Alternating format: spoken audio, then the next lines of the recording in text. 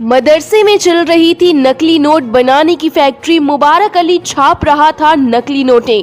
बाजार में 5 पत्नियां करती थी नोटों की सप्लाई। मुबारक अली की 5 बीवियां नकली एजेंट से भी ज्यादा शातिर, लेकिन नोटों की फैक्ट्री तक कैसे पहुंची यूपी पुलिस। महाकुंभ में सप्लाई होने वाले थे नकली नोट, आतंकी कनेक्शन और योगी का भयंकर एक्शन हुआ शुरू। मदरसे के अंदर मुबारक अली नकली नोटें छापता था और उसकी 5 बीवियां बुर्का पहनकर मार्केट में घूमकर सप्लाई करती थी। पांचों बीवियां इतनी शातिर कि किसी खुफिया एजेंट की तरह काम करती। मुबारक अली की एक बेगम दिन में मदरसे में पढ़ाती थी और रात में पति की साजिश में शामिल होकर रणनीति तैयार करती थी। लेकिन जैसे ही योगी की पुलिस श्रावस्ती के उस मदरसे में घुसी, नोटों की फैक्ट्री देखकर होश फाख्ता हो गए। सामने नोट छापने की मशीन और नकली नोटों की बंडल पड़ी थे। मुबारक अली को यूपी पुलिस ने गिरफ्तार कर लिया है। लेकिन क्या है आतंकी कनेक्शन और श्रावस्ती में छापा जा रहा है? ये नकली पैसा क्या महाकुंभ में सप्लाई होने वाला था? ये सब कुछ बताएंगे इस रिपोर्ट में। आप बने रहिए हमारे साथ और इस खबर को शेयर कर दीजिए। इस बार महाकुंभ में हिंदुओं पर हमले की धमकी दी गई। धमकी देने वाला शख्स का नाम नसर पठान है। ये पठान कौन है? इसे सबक सिखाने के लिए योगी फोर्स की तैयारी क्या है? सबसे पहले इसे जान लीजिए। जिस इंस्टाग्राम अकाउंट पर धमकी दी गई उसकी यूजर आईडी है नसर कट्टर मियां। पुलिस एफआईआर में नसर पठान के इंस्टाग्राम अकाउंट का स्क्रीनशॉट है, जिस पर नसर पठान ने लिखा है, हिंदू तुम सबका सिर कलम कर दूंगा। तुम लोगों का कुंभ मेला आ रहा है, उसमें देखो कम से कम 1000 का सिर कलम कर दूंगा। सबसे बड़ा ब्लास्ट होगा। धमकी मिलते ही योगी की पुलिस प्रयागराज में उतर गई है और इधर नसर कट्टर मियां की धमकी देने वाला अकाउंट ही गायब हो गया है। यूपी पुलिस ने कुंभ मेला से एक रूसी नागरिक को गिरफ्तार किया है, जो अवैध तरीके से छुपकर पिछले करीब 15 दिन से रह रहा था। खुफिया एजेंसियां रूसी नागरिकों से पूछताछ कर रही हैं और इमिग्रेशन ब्यूरो दिल्ली को सौंप दिया गया है। कुंभ हर 12 साल में होता है, इसलिए आतंकियों के निशाने पर भी रहता है। इससे पहले भी कई बार धमकियां मिल चुकी हैं। यही वजह है कि खुद सीएम योगी कुंभ का जायजा ले रहे हैं और हाई अलर्ट है। श्रावस्ती के जिस मदरसे से नकली नोटों की फैक्ट्री पकड़ी गई है, वहां से प्रयागराज का रास्ता सिर्फ 6 घंटे का है। ऐसे में इस बात का डर है कि क्या कुंभ में खपाने के लिए और आतंकियों को पनाह देने के लिए नकली नोटें छापी जा रही थी। मदरसों को लेकर पहले भी योगी सर्जिकल स्ट्राइक करते थे और यहाँ आतंकियों को प्रशिक्षित करने के आरोप भी लगते रहते हैं। नकली नोट छापने वाला मुबारक अली ही मदरसे का संचालक बताया जा रहा है और उसकी एक बीवी उसी मदरसे में पढ़ाती है। बताया जा रहा है कि मुबारक अली ने यूट्यूब से नोट छापने की तकनीक सीखी थी और नोटें वो छापता था और उसकी 5 पत्नियां मार्केट में जाकर नोटों को सप्लाई करती थी। बुर्का पहनकर आसानी से मार्केट में खपा देती थी। महिलाएं ऐसा करती थी, इसलिए लोगों को ज्यादा शक भी नहीं होता। लेकिन पिछले कुछ दिनों में से नकली नोटों की बढ़ती संख्या की वजह से कई बार शिकायतें मिल चुकी हैं। श्रावस्ती के मदरसे में मिली नोटों की फैक्ट्री का कोई आतंकी कनेक्शन है या फिर नहीं, इसकी जांच खुद लॉ एंड ऑर्डर अमिताभ यश देख रहे हैं और डीजीपी प्रशांत कुमार भी कुंभ की सुरक्षा को लेकर 18 घंटे काम कर रहे हैं। कुंभ मेला में मुसलमानों के जाने पर बैन को लेकर भी बवाल मचा हुआ है, इसलिए भी दावा किया जा रहा है कि इस बार आतंकी और भी ज्यादा बौखलाए हुए हैं। मुबारक अली मदरसा चलाकर बच्चों को तालीम देने का दिखावा करता था और उसकी आड़ में देश विरोधी गतिविधियों को अंजाम